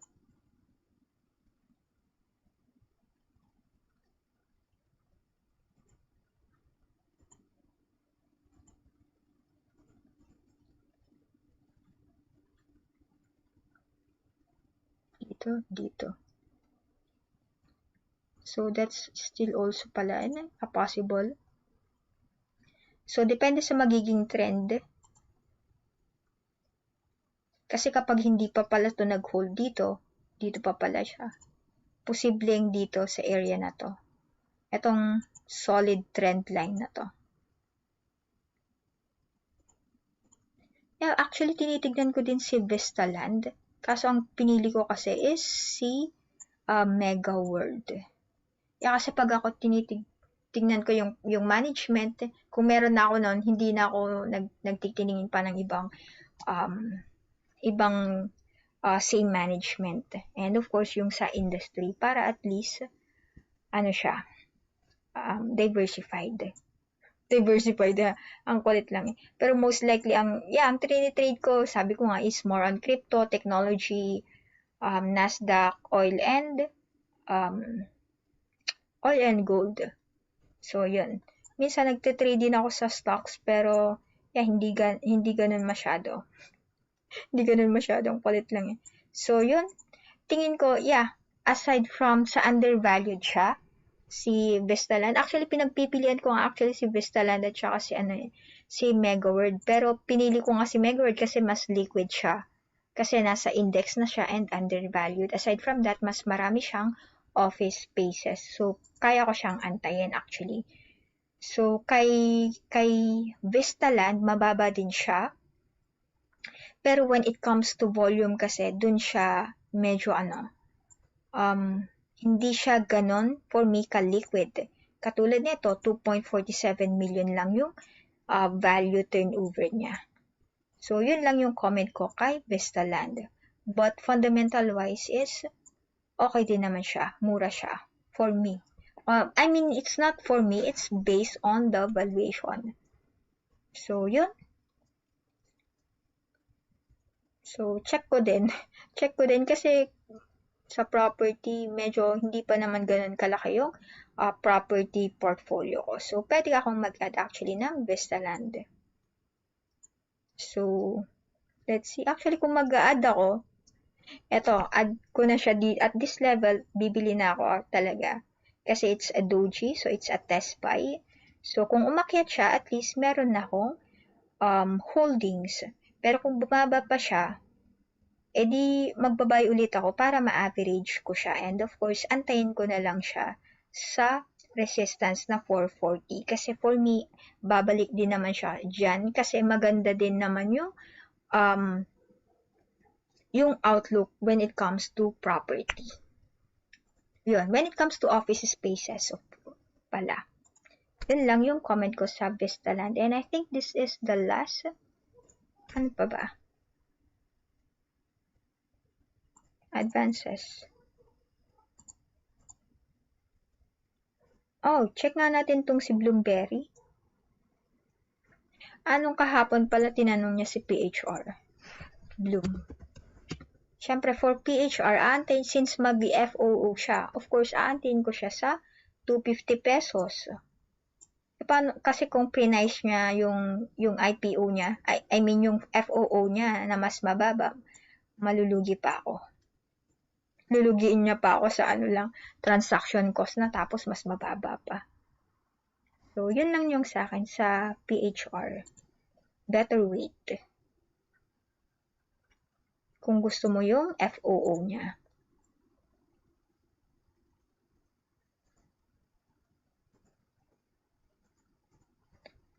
Laki pala ng inakyat nitong si Bloomberry. At kasi tignan mo siya, it's actually a doji. Ayun no, doji. And then, bullish candle. So, I think it's already, might possibly a continuation. Ang doji kasi is 50-50. But it can also signal a possible reversal. So, yun. Oh, hindi ba na-analyze to kagabi? Parang hindi ata. Si PHR ang naalala ko. So, anyway, I think Bloomberry already hit the support and of course possible resistance. First resistance 7.96, support at 7.18, and of course next possible resistance at this area around 8.75 pesos. So, yun yung actually gagamitin natin when it comes to pag-measure or pag-calculate natin ng ating risk-reward. So, here. So, that's actually a possible kita na 14.2 61% at possible target na 8.71, and of course, 14.61% na posibleng kita at 8.71 pesos TP price at posibleng malugi ng 5.53% kapag na-hit yung stop price na 7.18. Actually, that's a risk-reward ratio na 2.64. So, medyo attractive naman pala siya. Attractive siya for me kasi more than 2 yung risk-reward ratio. So, ano pa? Check natin. IDC, FGEN, Power, FGEN and Fruit. Check nga natin yung FGEN and Fruit. This, FGEN.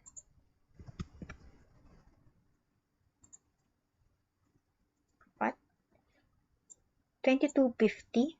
2250 yung ano nito if I'm not mistaken.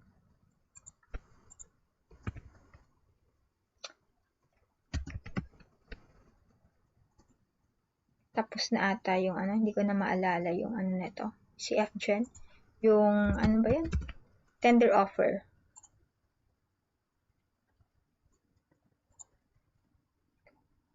So, check natin. Yun, tender offer report. Ayun. So, tender offer report, it's 2250 nga. So, yun, 2250.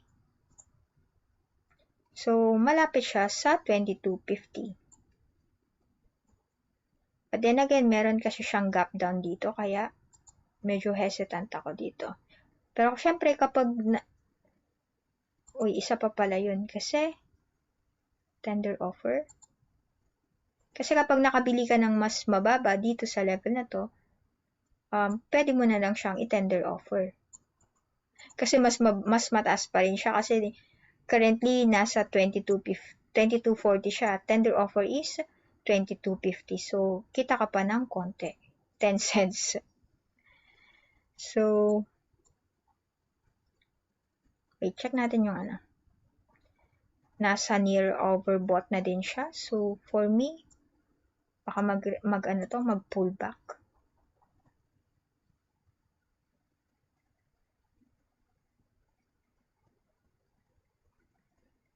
Net foreign buying.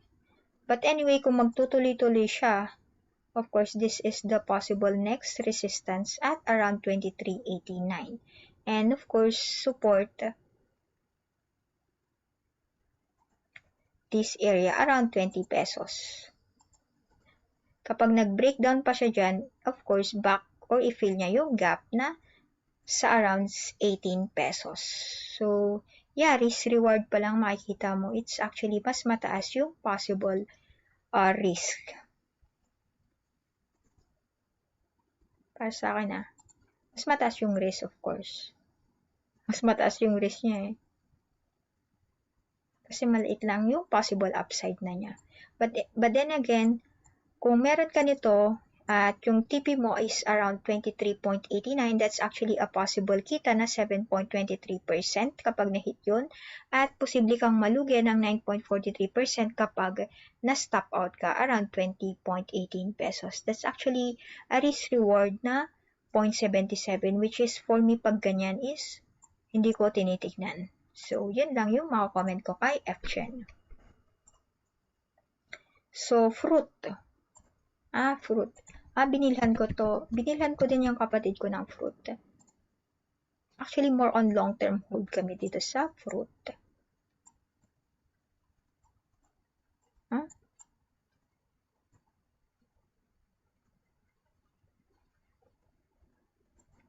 Nasa support na siya. Ayun nasa support na siya.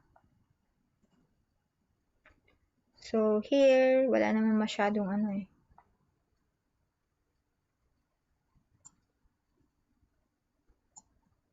Oh.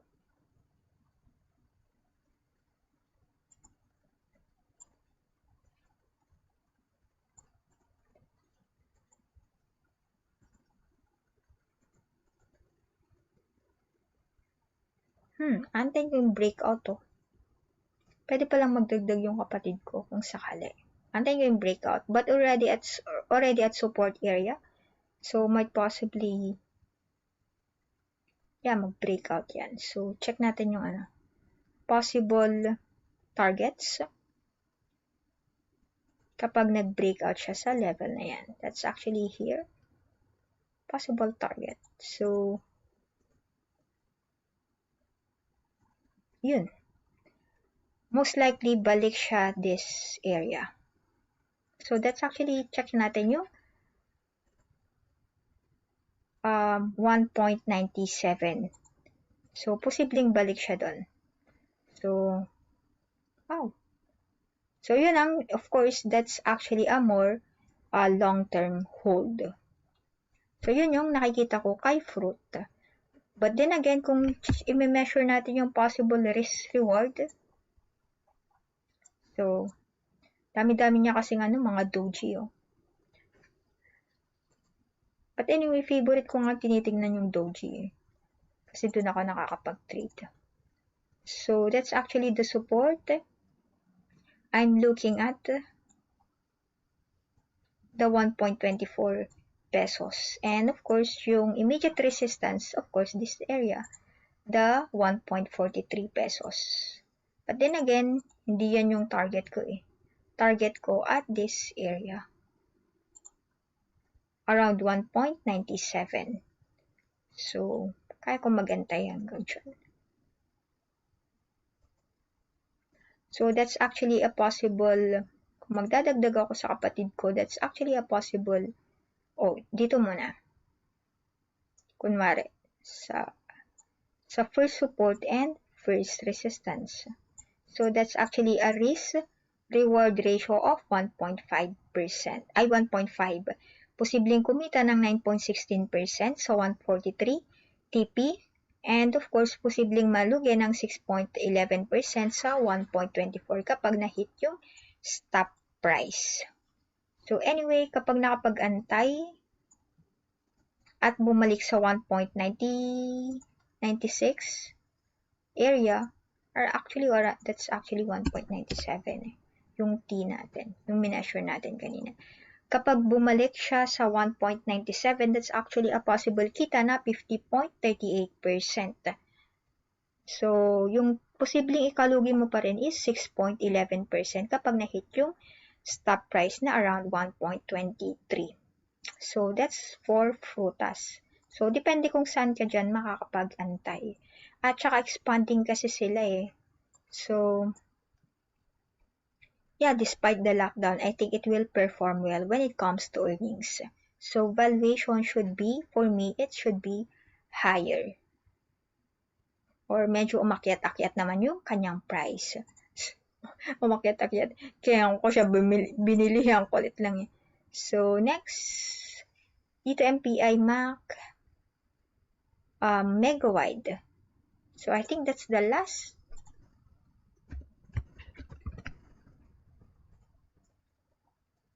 Megawide. So, medyo nag-ano siya. Pero maliit lang. Nag-pull back siya ng konti. Since nag-pull back siya ng konti, check natin to. Para walang noise. So, yun. Actually, posible pa rin tong magtuloy-tuloy.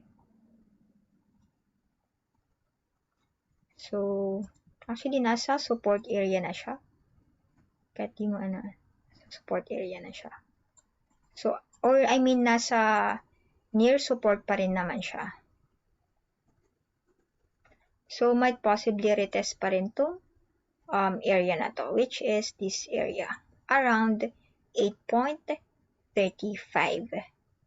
So, actually, kung hindi siya mag-breakout dyan, possible triple top kapag mag-reject siya at this area. Posibleng triple top kapag hindi siya hindi siya mag-breakout. Posibleng triple top. So, yun. So, watch out for the breakout here. Anyway, let's check on the RSI. RSI is also going up. So, meron pa naman siyang possible upside kasi 60 pa lang naman siya. yung RSI. And of course, kapag nag-breakout siya dyan, is actually welcome back around this level, around 11 pesos. So even sa candles, I think that's also the target, around 11 pesos or 11.30. So yun, actually pwede kang pumasok upon breakout. Or, I mean, the Hikinashi is still at, ano pala? The Hikinashi is still at buy or bullish pa rin naman yung candle. So, wala ata akong support area dito. So, support na tinitignan ko is actually at 6.44. Pero actually already at support area na din yan. Or near support pala. So, that's actually a possible risk reward na 1.13. Posibleng kumita ng 13.90% sa TP na 8.35 at posibleng malugi ng 12.26% kapag na-stop out sa 6.44. And of course, kapag nag-breakout siya dyan, dito sa 8.35 is of course 11 pesos or around 11.30. Or 11 pesos na lang on a conservative notes. So, around that, actually, that's a possible risk reward na 49.59%. Wow, medyo attractive pala siya. And of course, posibleng malugi ng 12.26% pa rin kapag na-stop out sa 6.44. That's actually an attractive risk-reward ratio of 4.04. Wait, check natin kapag pumasok ka upon breakout. Confirm breakout. So, yun. Medyo akyat natin ang konti. So, kapag pumasok ka upon breakout, that's actually a possible risk-reward naman na 2.85, which is, I think, attractive pa rin naman siya. So, posibleng kumita ng 33.14% sa 11.30 pesos na TP at, of course, posibleng malugi ng 11.63% kapag na-stop out sa 7.30 pesos. So, I think that's it, guys. So, mahalagang paalala lang, guys. Trading and investing ay may kaakibat na panganib. So, always trade with caution. So, thanks, guys.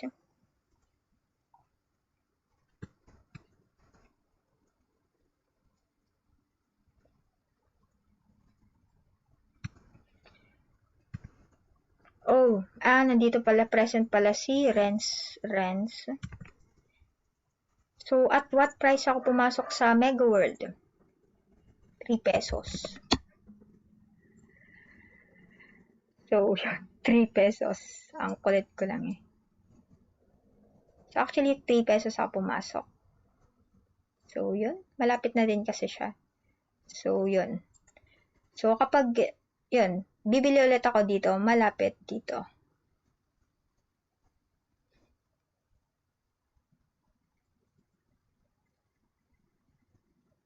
One. Yun, sa 3 pesos ako nakabili. At kung ano pa, 2.56, I don't think na babalik siya sa 2.56 area. Megaworld kasi for me it's a long-term hold kasi it's one of the stocks na undervalued, nasa index at yung mismong company, si Megaworld ay bumibili ng shares.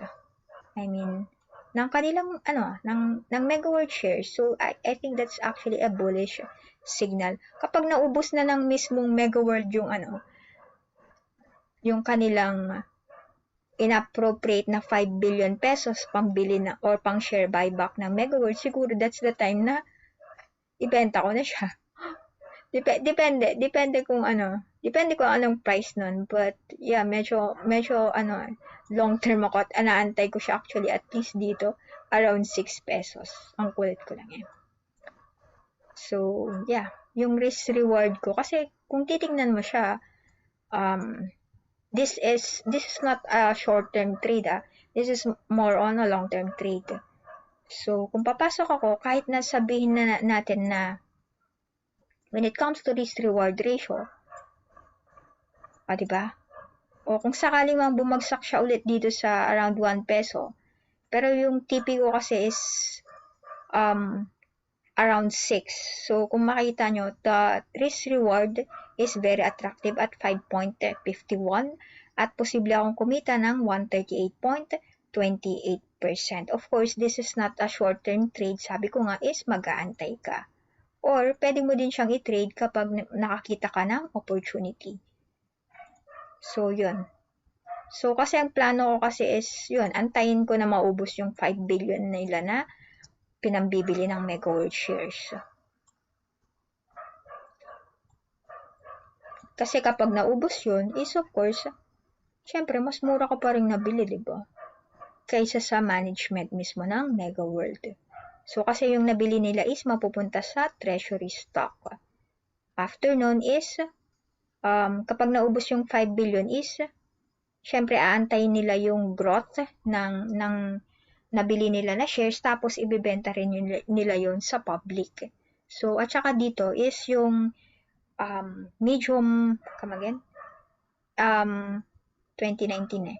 So, medyo medium term na trend is actually breakout na. So, it's for me, it's creating a new trend which is uptrend. So, actually, support, kaya ako siya binili.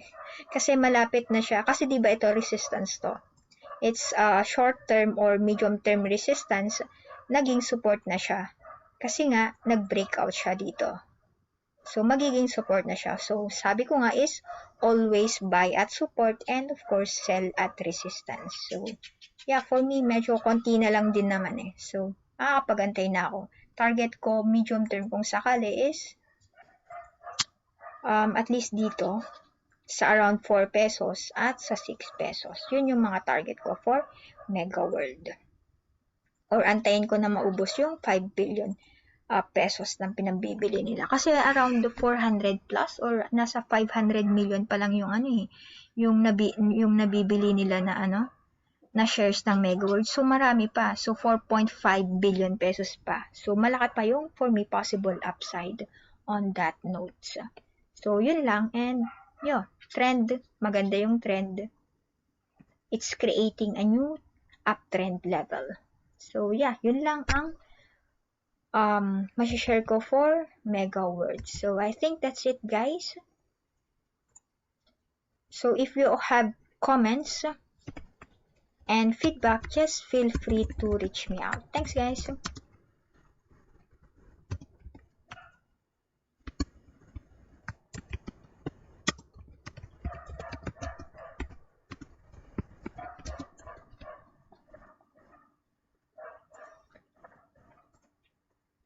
Magtutag na pala. So, end na natin yung live stream. Kasi kaya na ako nagle-live stream kasi yung isa, nire-record ko ganun din. Paisa-isa pa. So, mas maganda yung live stream mo. So, asa na yung end? Ito na naman, antayin ka naman. Ayun, end.